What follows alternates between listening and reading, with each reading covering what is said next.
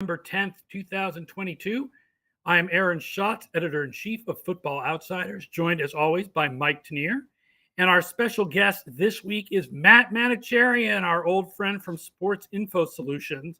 He is going to help us preview Week 10 in the NFL and talk to us about some players that are underrated this season, according to the SIS total points metric. Before we get to that, we want to remind you about our sponsor, which is Underdog Fantasy. You can come play with us and double your first deposit up to $100 with promo code OUTSIDERS. If your season-long fantasy teams are floundering, like mine with Darren Waller, who just went on IR, you can play Underdog Battle Royale, a fast 6-round weekly fantasy football draft that has easier chances to win than your traditional DFS sites. You can even win $50,000 if you grab first place. Or try pick'em games where you can easily pick your players' chances to go higher or lower than projected stat lines, even in states where traditional prop betting is not yet allowed. Underdog is the fastest growing fantasy site around, and you can join the fun at underdogfantasy.com or download Underdog in the App Store and use promo code OUTSIDERS right now to double your first deposit up to $100. How's the season going for you, Matt? It's going pretty good. You know, I'm not a big fantasy guy, but on the topic of Underdog Fantasy, I was doing some exploring, and I thought it might be relevant for people that are playing fantasy. If you have your playoffs week 16 and 17, which I imagine is most people's semifinals and finals these days, you might want to get some Baltimore Ravens on your team. The Baltimore Ravens, based on our trenches calculations, which calculate the offensive line, running backs, tight ends against the front seven of the defense, they play against the two bottom teams in front sevens, and they're the top team in our offensive trenches that week. So I was just messing around and looking at some stuff, but that's my fantasy nugget of the week. Oh, the hard part is guessing who's going to get the carries at that point, because J.K. Dobbins should be back, but how will they split him between him and Edwards? And Drake. Yeah. And not just running the ball. I mean, it's good to have a trenches advantage in the passing game, but also, the running game, but it also applies to the passing game too, right? Yeah. If Lamar Jackson's going to be unbothered, I'm interested in all of that. Devin Duvernay season, I guess. And one thing about that also is the Ravens will be in the thick of jockeying for playoff position. So you're worried about the Eagles possibly starting to rest people at that point, or some other teams. Looks like the Bills are not going to be on that track right now, but you've got this team that you know is going to be, especially week 17, competing. Right.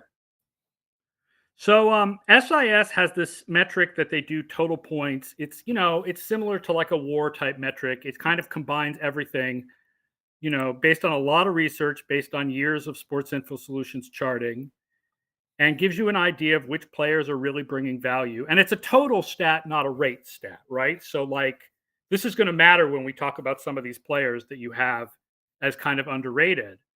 Tell us a little bit about some of the players this year that are coming out surprisingly well in total points that people may not realize are having good seasons. Yeah. So to just build on the quick background, what we do at Sports Info Solutions, we're charting all the different data points, every player on each play, what their responsibility is and what they do. We're doing that all, not grading the players, just charting them. But then Alex Vigderman leads our football research team, the absolute genius that he is. And that crew gets together and is able to use all those data points to figure out what a play should have been worth, what it was worth, but with an ability to divide it amongst the people on the play. So a lot of people like EPA. EPA is kind of what's at the core of it. EPA is analogous to DVOA in a lot of ways, except it's not defense adjusted and it works in the context of points instead of percentages above and below average. But what we're able to do with total points is actually divide it up. So if you have a 30-yard passing play, we might say, oh, that was a 30-yard pass. That was a 30-yard reception. That was worth 2 EPA. But now we can actually figure out, was this the quarterback on a 7-step drop that was pressured, making a great throw, or is the receiver breaking tackles after the catch? So, yes, all that preface to say, I can't figure this one out very much. Maybe you have a better sense of this than me. But starting off at quarterback, I think makes sense. We've got one Jacoby Brissett as our 7th overall quarterback in total points. Yeah. That's So on a rate basis. So on a per snap basis, like you were saying before. yeah, Of I course, went snap and looked basis. up. He's 7th in ESPN's QBR and 9th in passing DVOA. So all the advanced metrics we've been spending so much time paying attention to Geno Smith's crazy breakout season that nobody has noticed Jacoby Brissett having an almost equally as good crazy breakout season. Maybe telling us something. That may be telling us something. Anyway, go on. About both seasons. Go on. Well, it is amazing. He's already been guaranteed to lose his job, right? Right. As soon as we get to that point, which is rapidly approaching, right? We're almost Yes. there. Yeah, we're 3 weeks away from Deshaun Watson. And it's interesting because also, part of what's going on with Geno Smith is the receiver, right? We know Lockett and Metcalf are really good. Amari Cooper is really good, but I don't get the same feeling that Cleveland has Njoku's a nice tight end and all, but Peoples Jones, whatever. I'd rather have the Seattle receivers than the Cleveland receivers. I'd rather have the Cleveland offensive line. And running. Yeah, there's no doubt about that. And Geno gets his love too. He's 5th in total points so far this year. Kind of the usual suspects ahead of him. Mahomes is our clear leader in terms of like who should be the MVP right now. The way we have things, I don't know if you guys see it the same way. No, our numbers have Tua slightly ahead, but of course our numbers are not trying to separate Tua from his offense. So I've said a lot, like I think if you consider the scheme and the receivers, that Mahomes is the MVP. That I think Tua is getting more help, right? And I think your numbers would reflect that. And to your point about rate basis, Tua missed those better parts of 3 games. He's Right. 2nd on a rate basis to Mahomes, and they're 2 of them are way ahead of Josh Allen, Jalen Hurts, Geno Smith, who come in 3, 4, 5. So I think those would be the people in mind.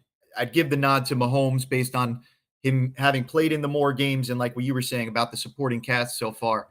Yeah. But who would have thought coming into the season, right, that would be the conversation. No, it's weird, and I mean, it shows you, I think, a lot like how good those receivers are and how good that Shanahan scheme is that Mike McDaniel brought with him to Miami. But even with all of that, Tua has been way better than what Bridgewater and Skylar Thompson were in their 2 games, and he's No been doubt way about it. better than anybody expected. Right. And I love Tua, but if you're excited about that team and you're looking to gamble, Tyreek Hill's at plus 330 for Offensive Player of the Year. And that Wow. seems like a shoe-in at that point. I thought It you might were not going to be say plus minus 330 now. 330. That's crazy. It might not be plus 330 now because some joker in the New York Times was talking about that particular those odds and saying that was like a runaway. But I know a voter who tweeted out a few days ago that he would vote for Tyreek Hill. So there we go. I'll check it real quick, actually. So yeah. But who's in the non-quarterback conversation along with Tyreek? Maybe that's a good segue. We could talk about that. I mean, people might talk about Chubb. They might talk about Derrick Henry. But I think if you're talking non-quarterbacks, right, the best one this year is Tyreek Hill. Here's the Offensive Player of the Year odds right now. Tyreek Hill is at plus 300. So one of us, Aaron or I, moved that market a little bit. It was me. Jalen Hurts is second at plus 350. Lamar at third. Then you got Justin Jefferson at plus 1100. Might be a value there if you're a big Vikings supporting voter. Diggs at plus 1200. Chubb plus 1400. Derrick Henry at plus 1400. And Cooper Kupp has slid down to plus 1400 as people realize it's just not happening. He's going to catch 120 passes for 720 yards or however that's going to turn out for the Rams. Yeah, that's something else. I guess maybe injury risk, boiling that into there. I'm sure that's adds some volatility to that particular market. But based on what we've seen so far, Tyreek Hill's just completely transformed that team. They're a totally different team. Who else do we have as underrated players? We've got running back. Who do we have for running back? Let's look at running back. Let's get your boy from New England, Rhamondre Stevenson, is our 3rd ranked back after Josh Jacobs and Nick Chubb, who would surprise precisely nobody. But Rhamondre Stevenson is up there, and it's 6th on a per play basis. So it's not just a one thing there. I'm wondering what you think of that. I think he's played really well, and their line is not. I mean, they're not as good at run blocking as they have been in past years. So I'm not completely shocked by that at all. Stevenson's played really well. I think he's taken the starting job away even when Damian Harris is healthy. And Harris is like got an illness, so he may not. He didn't play last week. I guess they're on bye this week, so he should be back next week. But yeah, Stevenson's a pretty talented back, and Chubb and Jacobs being 1 and 2 makes total sense. The funny thing about Jacobs is just that coming into the season, we were all told, oh, they're going to go with a committee, they're going to go with a committee, they're going to go with a committee. And instead, McDaniels completely switched things up on everybody, and Jacobs gets all the carries. Yeah. They are one of the more perplexing teams to try to figure out right now in terms of their path going forward. It's pretty broken on defense, but okay, flip side from Rhamondre, Saquon Barkley, nowhere to be found on the top 10 list, which surprised me. I started looking around trying to figure out what was going on there. What it comes down to is his work as a receiver more than a runner. He's been solid as a runner. Total Points likes him as a running back this year, but he's got -4 receiving total points. Really? Wow. Yeah. So 28 receptions on 35 targets, which sounds pretty good. That's 80% until you realize his ADOT is half a yard downfield. And actually, Total Points doesn't like that very much because that's at that point downfield, you should be completing north of 90% of the passes that are thrown your way. That's not all him. That's not all on him, but he does have 2 drops on those 35 targets. And the most damning statistic on those 35 attempts and 28 receptions, just 4 of them resulted in first downs. So wow. it's that inefficiency in when he's caught passes, when he's been targeted, that Total Points really doesn't like. And he'll have to kind of dig his way out over the rest of the year. Interesting, because he's an interesting, comeback player of the year candidate, obviously, for what he's done on the ground. But that's interesting that you don't have his receiving as being that valuable. I think we also have his receiving as being lower in value. Since you mentioned comeback player of the year, Geno Smith is now -135 for that. These are live lines. Saquon's at +140. He's been sliding down. I think there's a little bit of skepticism based on some of the stuff you were saying, Mark. Derrick Henry at +1,400, C-Mac at +1,600, and then all kinds of chaos after that. So it's a 2-person race really between Geno and Saquon. Yeah, that makes sense. Who do we have at receiver as our underrated player? At receiver, curious to hear what your guys' opinion is on Chris Olave. He's our 7th ranked receiver on a per snap basis. So quietly very good on a bad offense. Where are you guys? Yeah, my reaction would be I don't think he's underrated. I think people realize how good his season is. In fact, I think he's a strong offensive rookie of the year candidate. He is, and since you segued me like that, I've got the offensive rookie of the year lines up. Kenneth Walker is now -130. Damian 3 Pitbulls Pierce is at +200. Remember, he's the people's choice. Olave is at +700, so he's not that far off the pace. And I think what's working against him is the fact that team is going to fall out of relevancy along the way. But he's been phenomenal when I've watched him. He's the only one to throw to down there. Well, yeah, he's got the thing where the defenses have to key on him because who else are you worried about? Traquan Smith? Marquez Callaway? No, you're worried about Olave. You don't even have tight ends down there. And that's what you see. And for that reason, I'd say especially like keeper league wise, things like that, I think it's all upside from a fantasy perspective. He's earned 27% of targets when he's been on the field, to your guys' point about him being the only guy to throw to, but 44% of their air yards. He's got, that's just partially a reflection on everybody else, but that's really showing where he's going in the offense, how they're trying to use him. He's running deep routes 38% of the time. It's either a post, a corner, or a go route. Yeah. And he's getting 137 air yards per game. So I think that even outpaces what his production has been so far. So interesting to hear you guys say like this guy's not underrated, but there still might be some meat on the bone there, I think. Yeah, he's probably just under the radar of a lot of fans right now. One thing is the raw catch totals are low because, like you said, it's all deep balls. Yeah. So if you're a fantasy guy, you got this guy. Oh, he had 3 catches for 66 yards or whatever. Well, that's a phenomenal game for a rookie. Doesn't necessarily move the fantasy needle, and he's stuck behind these running backs in the offensive rookie of the year race. Yeah. Total Points very boring in terms of the surprises on the receiver list. It's A.J. Brown, Stephon Diggs, Tyreek Hill, Cooper Kupp, Justin Jefferson. Kind of the guys are having good seasons are having good seasons. Okay, well, I got this one that will definitely surprise you. The tight end that we have as the surprise this year, number 1 is Kelsey, number 2 is Goddard, number 3 is Kyle Pitts, who I think everybody's perspective is like, what happened to Kyle Pitts this year? Where's the guy that we saw last I'm year? surprised he has enough volume to get to that point. Yeah, just 23 receptions and a 51% completion percentage when targeted. So 23 receptions on 45, not great. But total points, again, is looking at what he's done specifically. Only 27 of those targets have been catchable. That doesn't mean on target. That means even possible to have been caught.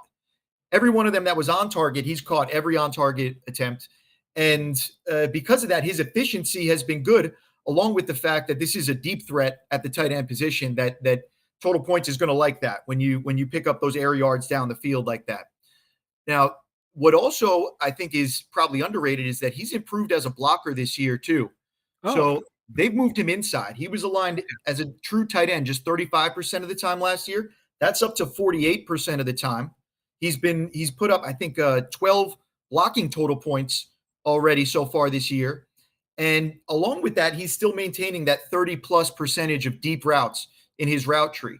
So you're really starting to see them kind of refine the usage a little bit there. Again, I think like you're saying, that he hasn't accumulated that much value so far this year, not on the level of a Kelsey or a Goddard. But when you looking forward into the season, the combination of somebody that can align in a 3-point stance attached like that and present that vertical stretch to your defense, it's going to bring a lot of value. And I think total points is kind of nudging us in the direction of maybe he's not struggling as much as everybody thinks he is.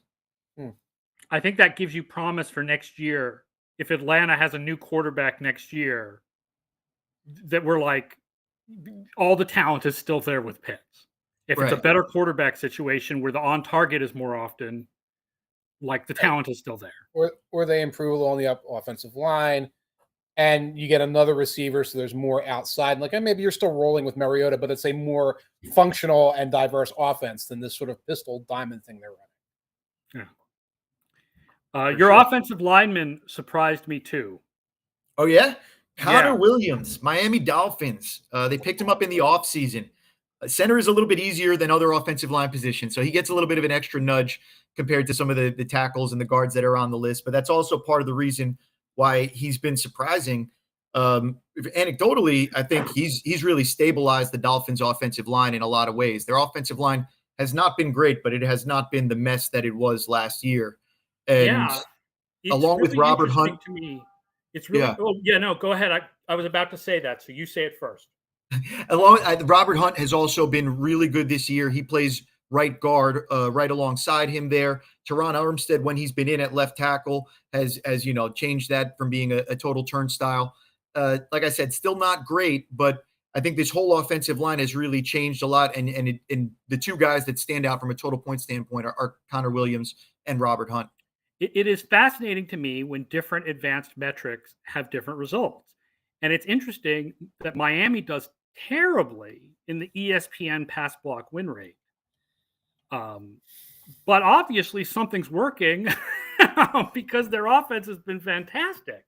So Williams and Hunt, like when I actually went and looked at the leaderboard on SISdatahub.com, and Teron Armstead was lower than I expected, but Williams and Hunt are like right at the top. Yeah. Part of that, again, Armstead missing a little bit of time there. So kind of figuring that in.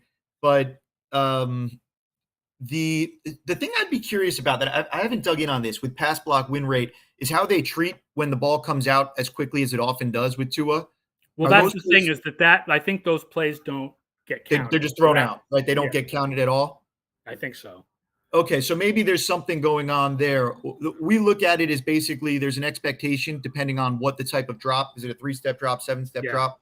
There's a sort of expectation there that you could go above or below with the timing. But that is fascinating. I'm always interested in that too because full disclosure, I think everybody could be better about the way we evaluate every position. It's not like we've solved this. Certainly for offensive linemen, nothing has been solved. But it's interesting to me which linemen for Miami are high. Like, I don't think anybody would have expected Connor Williams to come in really high this year, and he is. Yep. One thing I did talk about a couple of weeks ago in walkthrough, using all those SIS stats, is very rare blitzing against the Dolphins. Teams cannot blitz this opponent. So they're facing 4 pass rushers all the time. And like you said, the ball gets out very quickly. So no offense to Hunt Williams, some advantages there that they're maximizing, I think, for that Dolphins offense. Right. I'll say another thing too. Very hard to separate offensive line performance from Mike McDaniel. Just like it's hard to separate Tua's performance from him and Tyreek Hill. It's hard to separate that out too. There is an effect there that the offense is functional and they're being put in positions where they can make the plays. Just going back to tackles, Tristan Wirfs is our top-ranked tackle in the league. Probably not a big surprise there. Second was Jawan Taylor, though, which from Jacksonville, which did surprise me. I didn't see that one coming, and so that's interesting. Is he a rookie, Jawan Taylor? I think he was a rookie last year. He was a rookie last year. Okay, he's second or third year player. He's a right tackle, right? Yeah. We'll get to Jacksonville once we get to your defensive players. Guys, 2019, 2019, guys, 2019. Fourth year? Yeah, he is a fourth-year ball player. Been a right tackle. He's been a starter. He has not missed a start in his career, which that's a feather in his cap. And it might be an example of, like you say, functional offense again. Yeah. Historically, I'm looking at it now. Decent rookie year. Total points hated him in 2020. He blew a ton of blocks, had a bunch of holds. He had 11 holding penalties in 2021. But so far this year, he's been off to a good start. Just 1.2% blown block rate overall. Probably be the kiss of death looking at his career history and how quickly me and Aaron thought about how great a player he was. He might be heading down that leaderboard shortly.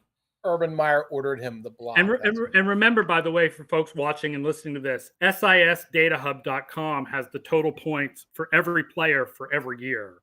It's really useful. Going back a while. Going back a while at this point. For free. So let's do your defensive players, man.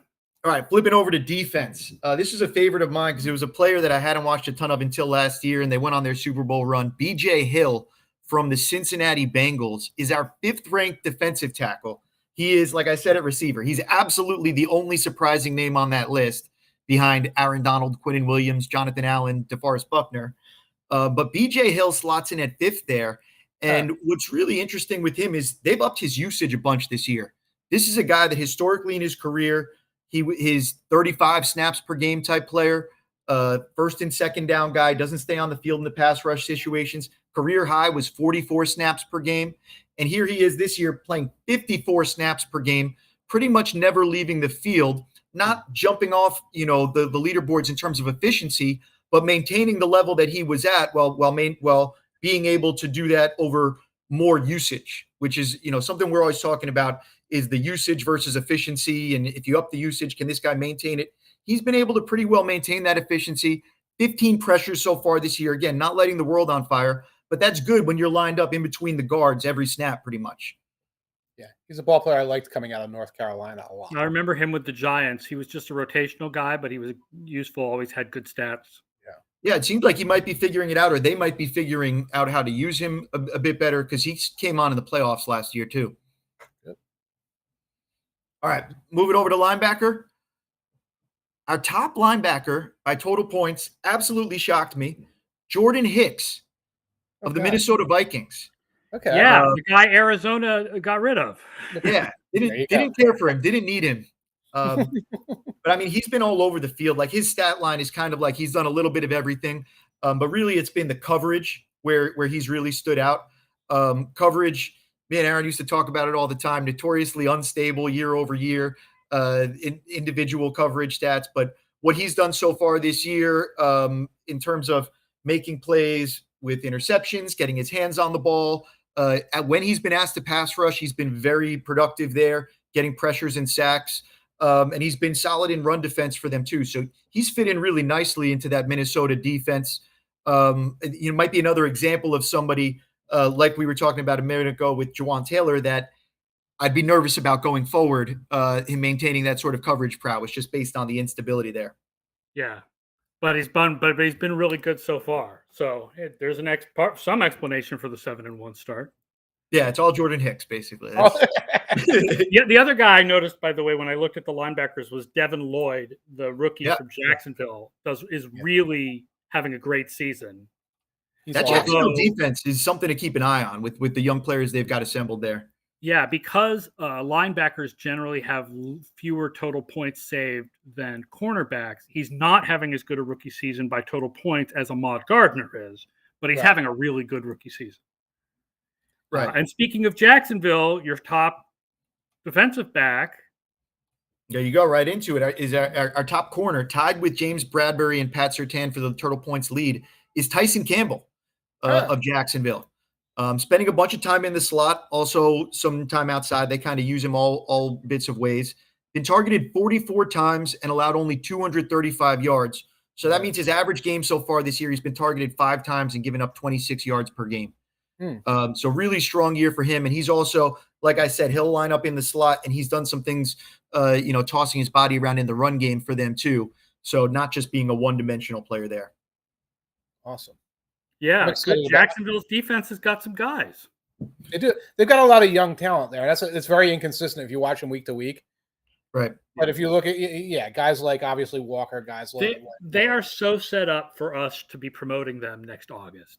Everything is set up for them to be the team that outscores its opponents, but ends up with a losing record and has a bunch of young talent that looks like it's going to coalesce, and the promising young quarterback, and everything sets up for Jacksonville to look good for 2023. Yeah, especially a year removed from what was their coach. It's been interesting seeing too how Peterson's continued to be aggressive in terms of a fourth down guy, like he was when he was with the Eagles. Yeah, and they've had some, I'd say, mixed results to say it nicely in terms of what's been going on there. Even some analytics people that are kind of pro math, I've seen say we got to chill out with this kind of stuff. It's costing us games. You guys buying that argument at all? I mean, I haven't seen their games closely enough to say, they've made some fourth down decisions that I disagree with. My feeling about fourth down this year is it feels like defenses are practicing it more. It just feels like teams are converting less than the models believe that they will. And I don't know whether that's random variation or that defenses are practicing short yardage more now that they know teams are going to go for it more. That is kind of my worry, that our models are based on where everything was about 4 years ago. Mm-hmm. And that, especially a 4th and 3 situation. I know the Jaguars have been in these sort of 4th and 3 type things. And if you practice it, if you adjust to it a little bit and it changes the percentage points by a couple of points, that could be all it is. So you don't want to go all the way pendulum swinging the other direction. I haven't watched every single Jaguars game, but I did notice a couple of times. It's are you sure, Doug? Are you sure you've got the personnel to do what you're about to do? You don't really have a go-to number 1 receiver to turn to. You don't have a running quarterback. That offensive line is okay, but not great. Is this the time to do it? And I think those factors are starting. We have sort of reached the optimization point on fourth downs, or we're very close to the optimization point, and you could push past it at some point. That would be interesting. We've definitely seen a pendulum shift in terms of run versus pass, and that's coincided with just a lower scoring environment this year. Yep. I'm just remembering the fourth down, Trevor Lawrence runs a speed option to the right and tries to do a pitch, I think, to ETN by the Jaguars. So there's a little bit of a play calling, we have to find the optimization on the play calling here too. When you're running this sort of weird option play that you don't run, Justin Fields is not your quarterback, and you're running this option. Yeah, some of that is a concern. Although, listen, I'm a big fan of option. I'm going to go to bat for option on 4th and 1. I think speed option is a good play on 4th and 1. That just didn't work. I generally agree with that too. If you run it sometimes, the Eagles do it. That's fine. You're saying that they never run it normally. You never run it, and here's where you run it. How often have they likely practiced it? Right. Right, and I forget who ran their tight end into fullback and gave the fullback give to the tight end. If you never give that guy the ball, but you're going to give it to him on 4th and 1 now, run Kylan Granson, I think. Yes. The Colts had their 3rd string tight end take a carry on a 4th down. Jeff Saturday will take care of that. Don't you worry. Right. Fearless. He's fearless. He's got no problem. He's fearless. And fearless. All right, wrapping it up. The one last player I want to shout out is a punter. Yes. Yes. Justin Tucker leads kickers with 14 total points this year, but there is a punter with 15 total points so far this year. Ryan Stonehouse. Got to give the punter some love. He's got 17 of his 43 punts inside the 20.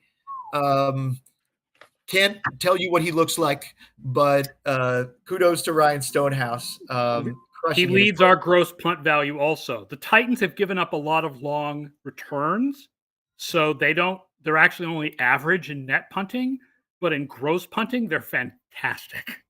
And he was keeping them in that game. Well, not keeping them in the game because they were leading, but he was helping them almost pull that upset last week. He was pinning the Chiefs back deep early in that game.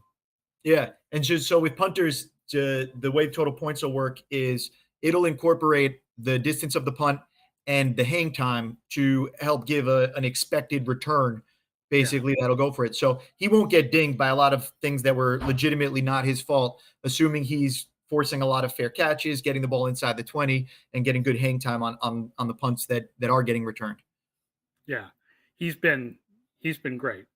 All right, SISdatahub.com. I'm just going to mention it again. Really useful. The total point stat is really useful, especially for looking at players at non-skill positions, the non-fantasy positions.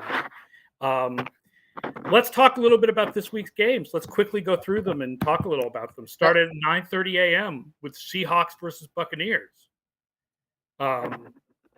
Seahawks are 5th in DVOA. Buccaneers are 10th. And I actually looked up some Data Hub numbers on this. And what blew me away is we hear so much about Tariq Woolen. Michael Jackson from Seattle cornerback is allowing 3.7 yards per target. Nice. That's awesome. Yes. How much of that is the Cardinals and Giants refusing to throw the ball more than 4 yards down the field against them? That might be one of the questions. Some of that is. Yeah. Yeah, I think, looking at this game's kind of funny because, I feel pretty comfortable saying that the Seahawks are pretty average defensively and they've been pretty good offensively so far this year, which is completely what I wouldn't have expected going into the season. And then looking at the Bucs too, of course, Tom Brady's got the 20th ranked passing offense by total points, halfway through the season, just like everybody expected. So, this game continues to be a story to me of will it continue to be bizarro land or will Tom Brady decide that, okay, now's the time to start making the playoff run and he still actually has that in him despite the fact that we've all written him off again? Yeah, this definitely has that changing of the guard feeling. And again, I am the lone Geno Smith skeptic left on the planet, apparently. And we had some listeners who were coming in to talk to me and then they had to leave. But you're right. It's like, okay, the Seahawks, you beat the Giants, you're beating the Cardinals, et cetera. Beat the Buccaneers and really show me if this is a topsy-turvy world at this point. And that's the question I have. Yeah, a lot of this is sort of like, how much do you include your priors? Because if you include your priors a lot, you still assume that Seattle's defense is going to revert, that Geno Smith is going to revert a little bit, that the Buccaneers offense has to be a little bit better than this. Their defense had a couple of bad games, but their defense has been top 10 overall. Yeah, strength on strength, their run defense against Kenneth Walker. That'll be fun. If you believe in a lot more priors, you're like, okay, Tampa Bay. But if you believe a lot more in what we've seen so far this year, you're like, hey, Seattle. One thing I did look up, and I don't have the Seahawks splits in front of me. First down passing, very, very strong. Second down passing, very, very strong. Tampa Bay defense, 3rd in the NFL in first down passing, 8th in the NFL, at stopping, the defense stopping third down passing. They're very good on early downs and forcing those third and longs. Seattle has been outstanding at preventing those third and longs by being balanced and passing the ball very well early. I think that's a matchup personally that's going to favor the Buccaneers. Oh, and then you said, if you do get into third down, then you might start to see some of your doubts about Geno Smith show up a little bit more. Yeah. I'll give props to one other guy. Speaking of SIS total points, Quandre Diggs only has 5 points saved, which surprised me. The other safety, Ryan Neal, has 31. He's played really well. Wow. Nick's not a guy anybody knows. Wow. I just wonder a little bit, again, because we see these 2 Cardinals games in the schedule, and their offense is banana pants. Yeah. And if you've got this system where it's like you're spreading the field and throwing the screen passes randomly and everything, and then you throw a Giants game on top of it, that's 3 out of 8. That's 37% of what the Seahawks have faced are teams that are very, very unusual. And that might be skewing their numbers. It will be interesting to see because this game they're going to have to cover Mike Evans and Chris Godwin and Julio Jones. Well, Jones did not practice again. I don't know if that's a rest thing, but I think Gage is on his way back. And yeah, you're going to face that. I think that the Buccaneers' decline in offense is real, but I think their strength in defense remains a pretty significant strength. So the line is Buccaneers -3 with an over-under of 44.5. 44? It went down. And that's with the Seahawks traveling across the world. Yeah, even farther than Tampa Bay. No, to Germany, right? Yes, this game is in Munich, Germany. They're in Munich. And I usually avoid the 9:30 games, but this is a good enough game that I think I'm going to force my girlfriend to have it on the television. Yeah, it's looking at, just to your point, Mike, about where the games have come from. His best game from a total point standpoint was when he had 9 against the Chargers in week 3. He had an interception that game. That'll help explain it, of course. And the Chargers had lapsed into injuries and screen passes mode at that point too. Possibly that might have been a factor. I mean, the Chargers offense is one. We'll get there, I guess. But that's the last game we're covering. We'll talk about the Chargers offense. But in terms of this game, I will be on the Discord, Football Outsiders Discord. You can look at the thing at the bottom there, and you can join our Discord. I'll be there 9:30 in the morning. I am leaning towards taking the Buccaneers in this game at 44.5. I'm leaning towards the under in this because I think this is going to be a Geno course correction to a degree, and I'm seeing and. Throw in jet lag. I've flown that Germany to US thing. It's no joke. So throw that in, and I'm definitely going under, and I'm leaning Buccaneers. I'm leaning Seahawks. Seahawks +3. Yeah, I'd stay away, and I'll just take the points if you force me to put a gun to my head. But this one seems very random in terms of what to expect. All right, 1:00, Vikings at Bills. This is the most important game for our Super Bowl odds, mostly because of the Bills. But it's the Case Keenum experience, probably. Everybody, the line has moved to Bills -3.5. It's clear that Vegas thinks Case Keenum is playing in this game. I think Case Keenum is playing in this game. And I think Case Keenum can beat the Minnesota Vikings. I was impressed when I saw the Vikings with TJ Hawkinson on the field. Early in that game, they were running some very cool things with Hawkinson and Jefferson. Jefferson running the shorter route. Hawkinson going above him, great opportunity to put the safeties in the bind of the middle of the field. And they did a lot of that very early on against the Commanders. And then they stopped for 45 minutes of game time and did nothing because the Vikings tend to do that to you. But I'm still stuck on this Vikings team that looks like they should not be anywhere near their record. And player for player, position for position, Keenum playing within himself, maybe doing some of the less of the interception happy hero ball type stuff Allen's done over the last 2 weeks. Should be able to win that game. Yeah, I get more concerned about with Allen being out. How did the Bills get a run game going in this one? I'm not trying to make it establish the run, win the game argument here, but their offense generally is the Josh Allen show. Like they don't even care about trying to get the ball to their running backs, and it works because he's so good at that. Without that, they're just a whole different team. Now in the Vikings, I think they've been really strong against the run this year. That's been the unit that I'd be most reticent to attack for them. So does it become more of a drop back show? It becomes very difficult to predict what the Bills offense will look like. Right. I think I believe we're going to see more quick game. We're going to get the ball to Davis underneath a little bit more. Some of the yak producing guys, Shakir, get the ball to those backs. Maybe we'll see a little bit of Naheem that they just brought in the screen game. And I think that they can have a lot of success playing that kind of game. I will say the Vikings have the worst pass defense in the league against short passes. Anything that is 15 air yards or less, they are the worst pass defense in the league. So if the Bills are going to have to concentrate on a bunch of short passes, this is the right defense to do it again. Even though Jordan Hicks is playing really well, their other defenders have not had a good time with the short passes. Right. The Vikings are at their best when they're getting a lot of pass rush off the edge from their two edge rushers. Don't know if they're going to get that this game. And something I've been pointing out a lot on my Monday column, the Vikings are the best field position team in the NFL. And I really do not know how sustainable this field position advantage they have. They have an average of starting field position, a 6.5 yard advantage every week.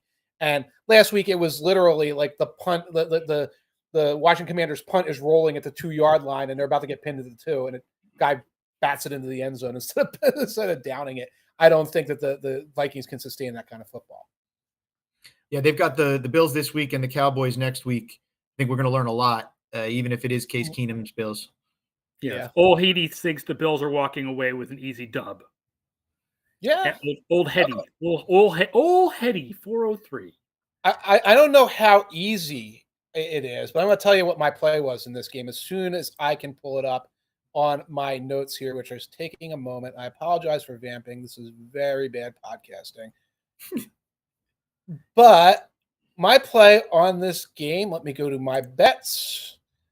I found it for you. Thank you. Go ahead. Say it, please. Bills money line and under, which the consensus is now 43.5 at plus 190. Nice. I got it at 45.5. A little shakier at 43.5.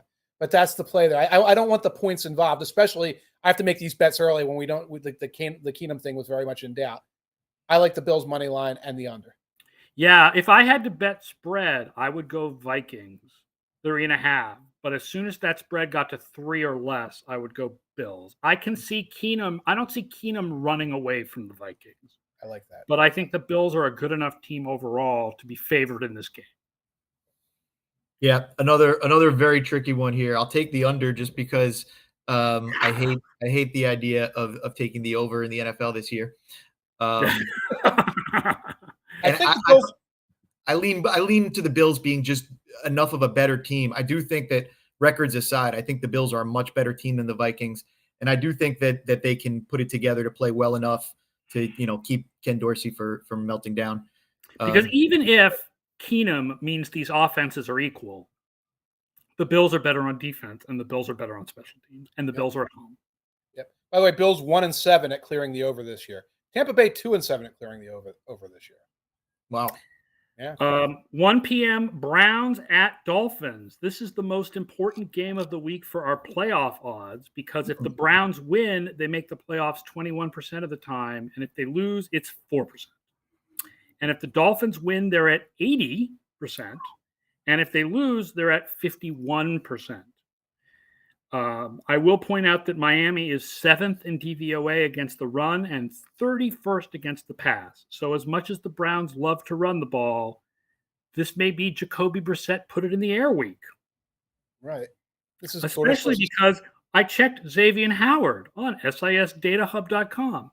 Speaking of coverage being inconsistent from year to year, holy mackerel, Xavier Howard has 0 points saved and 11.8 yards per target allowed. Xavier Howard. And he missed a couple of games. He was playing with a hamstring earlier in the year that led to him getting torched a few times, kind of memorably. And it really hasn't stabilized very much. And the injuries haven't stopped on the back end. They're still waiting to get Byron Jones back. Nick Needham's now out for the year. They've kind of filled in the strong safety, also injured Brandon Jones, I believe. So it's really been a revolving door. Javon Holland's been their most consistent guy there on the back end. But I think that's definitely their weakness. The whole defense has been very weak. It's been really kind of falling apart bit by bit from what Brian Flores has built. It's been interesting watching the offense come along, and then the defense kind of bit by bit seem to start to fall apart. It's hard to imagine this being a game just like last week. You saw the Dolphins didn't have much punting in that game from either team. Hard to imagine a lot of punts in this game either. No, it's the over-under on it is 49.5. It's a pretty high number because these teams are 5th and 2nd in offensive DVOA and 24th and 27th on defense. Wow. I don't know if that's overbait for me, but that's and the Browns are 30th against deep passes, and guess which quarterback in the league is best this year on deep passes, even though we admit they're not all beautiful balls. It's Tua. Thanks to the Hill and Waddle and their ability to adjust to those underthrown deep balls. He is the king of deep balls this year, and this defense is bad against the deep ball. Yeah, get some pass interferences called there too. It seems like that's been happening every week for Tua on one of those underthrows, intentional underthrows, let's call it, right? Pass interference, and I got this all from the Data Hub at Sports Info Solutions last week. It's like the passes in the 10 to 25 yard range. And we saw another one last week where you try to play tight coverage on one of those receivers, and he just wins at the snap. And he's got a 3-yard cushion 10 yards down the field. So when the ball's a yard or two underthrown, he's still got the cushion and he makes the catch. And that's happening a lot. We don't do a lot, by the way, of fantasy advice on the show here. We invite you to join the Discord, Wesley. Yes. For both Wesley and Timothy Johnson are asking for fantasy advice. Definitely join the Discord where the URL is below the show on YouTube. Or check out the weekly fantasy projections on footballoutsiders.com if you're an FO Plus subscriber, and it'll give you an idea of who you should start. Yeah, I like Gabe Davis, though, in that one. Marshall Jr., that's the kid for the Panthers, right? Yes. No, I would stay away from the Panthers. I mean, even though the Falcons' defense is terrible, the Panthers' offense is also terrible. I think I might start Connor just because he's going to get most of the runs for Arizona. He's asking for people who are just listening and can't see the question. He's asking who should he start at flex? Gabriel Davis, Terrace Marshall, or James Conner? Yeah, so I like Conner. But you guys have a pick in this one with the line being Dolphins -3.5. I'm going to take the Dolphins. I do not have a lot of faith in this Browns team. They run the ball very well. They keep these games close. I think the run is helping Brissett with down and distance situations, which is keeping him very viable as a starter. I don't think that they're going to be able to keep up with this Dolphins offense. I agree. I think it's the Dolphins. I think that the Browns will be able to score some points, but I don't think as many as the Dolphins at the end of the day. So I would go that way. I'd probably take the over in this one for all the reasons that we mentioned. And I'll say that, if I'm wrong, the way I would expect to be wrong is if the Browns and their top-ranked pass rush can find a way to get to Tua. Obviously, we've seen him knocked out already this year, but if there's going to be one way to get to him, it's not going to be by covering those receivers. It's going to be by getting after him, and then maybe they can just play keep away and keep pace and that sort of a thing. Yeah, Armstead was on the injury report with that toe injury, but I think he's been always on the injury report, huh? Yeah. Cleveland's pass rush is mostly just Garrett. They don't have a lot of other pass rush for this year. Right. To Sean Zanetta, we were just talking about this. Definitely join the Discord for fantasy questions or check out the weekly fantasy projections on footballoutsiders.com. We are not the fantasy experts, unfortunately, to be able to tell you who to start out of those guys. Former Giants punter, Sean Zanetta here. So that's Sean Zanetta. Yes. I don't have the projections right in front of me right now.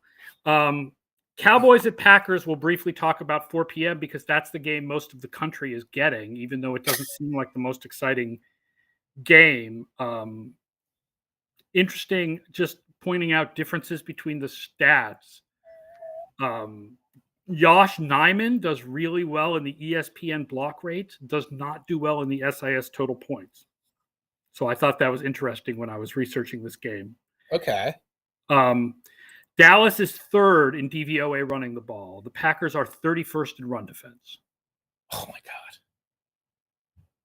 God. How many points do I have to give up here? Just it's Packers. It's Cowboys -5. Oh, please. No problem. I've never been so excited. I've never been so excited to turn down 5 points and Aaron Rodgers before, but I don't think I think the Cowboys are a great bet here. This shouldn't be a close game based on everything we've seen and how these teams stack up. No, it shouldn't. It shouldn't be a close game. I like the over/under is 43. I kind of like going over in this one. Yeah, I don't hate over there. And I'm wondering if just a Cowboys and over and just money line it. I wonder what that would look like. That way I don't. It's down to 4.5, by the way. Oh, interesting. Okay. But if I just take money line and you can get money line and over at +175 if you're worried about them keeping the game close, for example, which the Packers, remember a couple weeks ago against the Bills, they just started running the ball in the second half. You never know. So you're worried about which you could see here. I think the Cowboys, if you're going to attack them defensively, you want to attack them on the ground. So you could see that here. And that might just suppress the score, just make it all happen a little bit more slowly. George Howard asks, what is Discord? Oh, good. We're answering the question in the discussion. It's a cool application, actually, where you can have like a community of people talking, and we have all kinds of discussions like during the games, live discussions with the Football Outsiders writers participating. You should definitely definitely check it out. Right. So the little social network that is like contained. I think. Let's finish up with the 8 p.m. Chargers at 49ers. Chargers playoff odds, 74% with a win, 53% with a loss. 49ers, 78% with a win, 56% with a loss. This one, first of all, Mike loves first quarter lines on night games. Ooh, give me one. San Francisco in first quarter is 6th on offense and 2nd on defense. The Chargers in the first quarter are 25th on offense and 28th on defense. And I believe the line is San Francisco minus 2.5 in the first quarter. Ooh, I love it. That's a great first quarter play. Take the Niners. Count on whether it's not their hot start or the Chargers' weak start. Get a nice win. Go to bed if you're not interested in the rest of the game. The other note I put down here is Nick Bosa versus practice squad right tackle Foster Sorrell. Ooh. That is probably who's playing right tackle for the Chargers this week, is a guy off the practice squad named Foster Sorrell. Apparently that's who is in with the starters at right tackle in practice.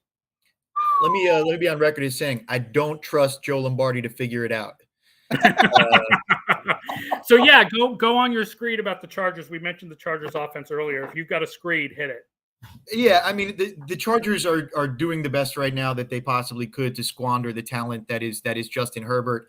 The only thing they could do that would be more aggressive in that direction would be to bring in Mario Cristobal from the University of Miami to reunite him, because that's why we all got tricked about Herbert in the first place. Any analyst who said they weren't sure about him coming out, we got tricked by Mario Cristobal. And if you watch Justin Herbert enough in this Joe Lombardi offense, you'll think the exact same thing. You'll start to wonder if this guy's actually as good as you thought he was. But you just got to close your eyes. It's not fair to him. It's not a reasonable semblance of an offense. Whatever perfume lingered on Joe Lombardi from his last name and from being around Sean Payton is faded. And it's become kind of malpractice at this point. So I don't know how you look at a game like this. Total points allows you to do funny things like say the Chargers have a good passing offense but bad receivers, and the Niners have bad passers but good receivers. Right. But really at the end of the day, I just take a step back here and say I really don't have any trust in what the Chargers are offensively at this point. It seems like they're relying on the strategy of once we fall behind, we'll just try to save us, Justin. And that's pretty much the whole strategy there. So the 49ers for a couple of years have been really, really good against short passes and really, really bad against deep passes. He's not going to throw deep. Do you trust Joe Lombardi to suddenly start calling a bunch of deep passes? No, he's not going to do that. By the way, to whom? Keenan Allen did not practice again on Wednesday. Mike Williams did not practice again on Wednesday. Trey Pipkins, the right tackle, they say, did not practice. Jeremy Slayer, the left tackle, he was a full participant. And DeAndre Carter is on the injury report. Now, he did practice, but when DeAndre Carter is your deep guy, there's nobody to throw to anyway. Now, granted, that's not 100% fair because the Saints throw downfield and they throw to Olave and Callaway and these guys, so you can. But you can see that it's not even going to be optimized even if Lombardi figures it out. One other really funny stat I found in doing research about this game. The Chargers really have struggled this year against passes on the right side of the field. Huh. And Jimmy Garoppolo leads the NFL in DVOA on passes on the right side of the field. Now, I have no idea why the San Francisco stat is what it is. I know why the Chargers stat is what it is. It's because for the first 6 or 7 games, that's where J.C. Jackson was, and he sucked. Yeah. So I don't think it applies anymore, but it is interesting. It is interesting. I'm guessing Jimmy G prefers throwing bubble screens to his right. You get him out a little bit more quickly. And bubble screens to the right, flares to the right, to the running backs. Right. Feels better when it's your open side. Yeah. Yes. Yeah. Keeping it simple for Jimmy G. So you sent me an email. McCaffrey to score a rushing and receiving touchdown plus 550. Yeah, I'm eyeing that one up. A fun little prop there. You can see how much of an impact he's had on the offense already. So at plus 550, I think and that Chargers run defense has been awful this year. Chargers run defense is awful. Jeremy Tillery is also on the injury report. Don't know if that's a good thing or a bad thing for the run defense. but it leans towards you're going to see a lot of CMAC. San Francisco -7 Ooh. with the over-under at 45.5. That's a lot to give up. Yeah, I'm leaning Chargers +7, but it probably is like backdoor cover or something. It's the Boza versus practice squad rando is the thing that scares me. If I play it, I'm going to tease it in some way so I get a little bit less. I don't have to give up the touchdown. Yeah, this is why I'm not a betting man, but I would just not trust the men who I said I won't trust, and so I'll subtract the 7. Matt Manocherian not trusting Joe Lombardi. You get it right. We are not, sorry, Todd, we are not previewing the Josh McDaniels Bowl between the Las Vegas Raiders and the Indianapolis Colts. I mean, the Colts early week was a journey for me. There were a couple of times I was about to email Aaron and say, hey, I'm going to write about the Colts. And then another thing happened.